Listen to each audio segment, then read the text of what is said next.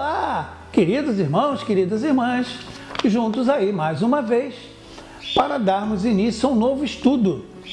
Hoje estamos trazendo para vocês um texto que foi extraído da revista Reformador, 1996, e que tem um título muito bacana, muito interessante, que chama-se Primeiro Kardec.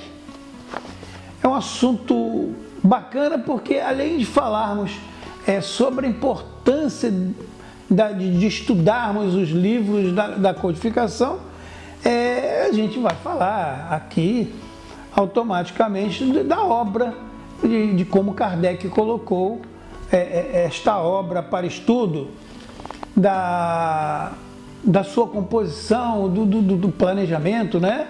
Algumas coisinhas neste sentido, ok? Vamos então darmos início ao nosso trabalho. Diz lá na revista Reformador: estudar os livros de Allan Kardec antes de palmilhar os caminhos da imensa bibliografia espírita já existente no mercado é fator essencial para uma jornada doutrinária isenta de atropelos. O nosso irmão que postou isso aqui, que foi o Zé Carlos da Silva Silveira, ele já nos fala tudo só aqui nesse primeiro parágrafo, né? Que a importância é estudar os livros da codificação antes de qualquer outra coisa. Antes de palmilhar, como ele diz aqui, qualquer outro livro que tenha o foco no assunto sobre o Espiritismo. Por quê? Para entendermos esses outros livros que tem aí no mercado de hoje, e é um mercado muito vasto, atualmente é um mercado imenso. Eu nunca vi tanta gente escrevendo livro dito espírita como a gente está vendo hoje em nossa época. E ele já falava isso lá em 1996, né?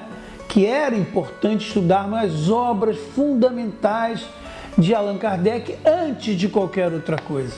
Porque para podermos entender os outros, é preciso primeiro entender o que as pessoas chamam de obra básica. Eu não chamo de básica, eu chamo fundamental. Porque básico é aquilo que a própria palavra já diz, né?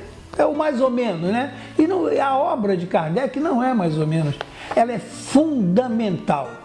Fundamental para que entendamos as outras coisas. Fundamental para que aqueles que são médios desenvolvam bem a sua mediunidade. Ok? Vamos seguir em frente. Isso porque, diz ele, ser espírita sem Kardec, admitamos a possibilidade à guisa de argumentação. É andar sem destino, é navegar sem bússola, é levantar um edifício sem cuidar do lançamento dos alicerces. Claro está que os ensinamentos espirituais codificados pelo mestre de Lyon têm tido seus desdobramentos, é claro que tem, né? Uma vez que os ensinos dos espíritos superiores são aprofundados a partir do grau de maturidade dos espíritas. Ou seja, quanto mais os espíritas vão tomando conhecimento das obras de Kardec, o que ele disse em suas obras, mais a gente vai tendo um conhecimento mais detalhado de toda essa imensa obra que Kardec nos deixou. Todavia, sem análise meticulosa, o exame sério é detido das páginas escritas por Kardec, que retratam a mensagem dos orientadores espirituais da humanidade. Priva-se do discernimento indispensável para separar os reais desdobramentos, que acrescentam pormenores sem desnaturar a essência do desvio, do erro e da fantasia, em que se comprazem os chamados mentores, nos dois planos da vida. Ou seja, teremos uma obra séria, feita com muito critério, baseado na racionalidade, aonde hoje, nos dias de hoje, comemoramos aí os 160 anos do Livro dos Espíritos, é uma obra essencial. São obras essenciais, aonde jamais tivemos uma mexida sequer em todo o seu contexto nesses 160 anos. Eu digo uma linha, uma vírgula, um ponto, nada foi mudado. E tudo, a cada tempo que passa, parece que ela se recria automaticamente e nos traz, cada vez que a lemos, informações melhores. Mas a obra é a mesma. Isso é o quê? Isso é o nosso cérebro, a nossa mente trabalhando em encontrar sempre detalhes melhores em cada vez que a gente toma conhecimento dessa leitura. E segue ele. Espiritismo foi um termo criado por Allan Kardec para titular a nova doutrina que surgia dos ensinos dados pelo Espírito Verdade, doutrina codificada sobre a ótica de dois princípios básicos: o crivo da razão e a universalidade e concordância, claro, de todo aquele ensino que Kardec nos deixou através dos ensinamentos dos espíritos superiores. Kardec sempre foi muito criterioso, né? Quem leu o Kuer, quem entendeu o que quer dizer o Kuer, sabe do que eu estou falando nesse momento.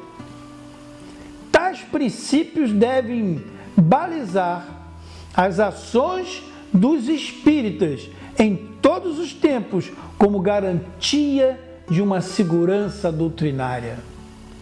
Aquele que estudou de fato, não leu, que estudou de fato as obras de Kardec, tem base para poder fazer qualquer outro tipo de atividade dentro de uma casa espírita. Principalmente os nossos irmãos que trabalham no campo da mediunidade. Tem por obrigação, digo eu, de conhecer as obras fundamentais de Kardec. Não adianta ler livrinhos que ensinam sobre mediunidade, ensinam sobre passe, ensinam sobre isso, sobre aquilo, se não tiver lido antes as obras básicas. É indiscutível isso. Com certeza os trabalhos fluirão muito melhor tendo esse consentimento. Continuemos. A opinião de um espírito desencarnado ou encarnado só adquire relevância no sentido da inserção do conteúdo do espiritismo à medida em que vai sendo absorvido pela razão e recebendo os beneplácitos dos espíritos superiores. E é o que eu falei agora mesmo, né? Quanto mais a gente vai lendo, quantas mais vezes a gente repete esta leitura e estudando ela em seus detalhes, a gente vai vendo coisas diferentes a cada momento que isso acontece.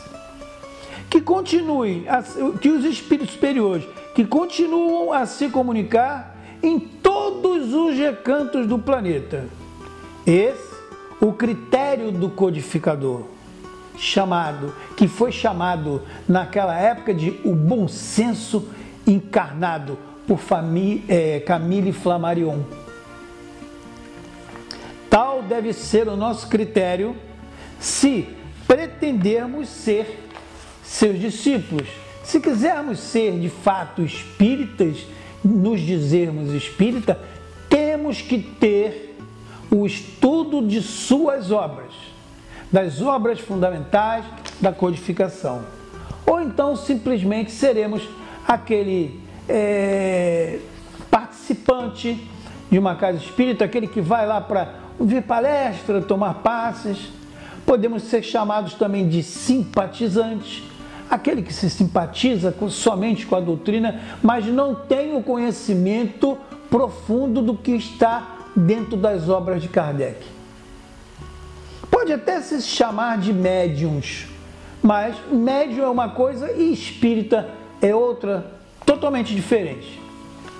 Eu posso ser médium, exercer a minha função mediúnica sem ter lido as obras espíritas de Allan Kardec. Porém, eu garanto que não terá a mesma qualidade que tem aquele que estudou as obras da codificação. Por isso temos como slogan nos nossos trabalhos, né? Nos nossos momentos, nos textos, nos podcasts, nas reflexões, como título sempre: Espiritismo sem estudo, Espiritismo sem qualidade. E de fato isso é verdade. E para terminarmos hoje, bem, examinar a codificação do Espiritismo, apresenta-se ele como uma bússola norteadora de nossos estudos doutrinários. Bem, meus irmãos, para não ficar muito longo o nosso estudo de hoje, nós vamos encerrar por aqui e traremos aí uma segunda parte desse trabalho, que é o estudo do texto Primeiro Kardec. Essa matéria encontra-se na Revista Reformador de 1996, ok? Meus queridos irmãos, minhas queridas irmãs, fiquem com Deus. Até o nosso próximo encontro. Porém, não esqueçam, Espiritismo sem estudo é Espiritismo sem qualidade. Tchau, tchau. Fiquem com Deus.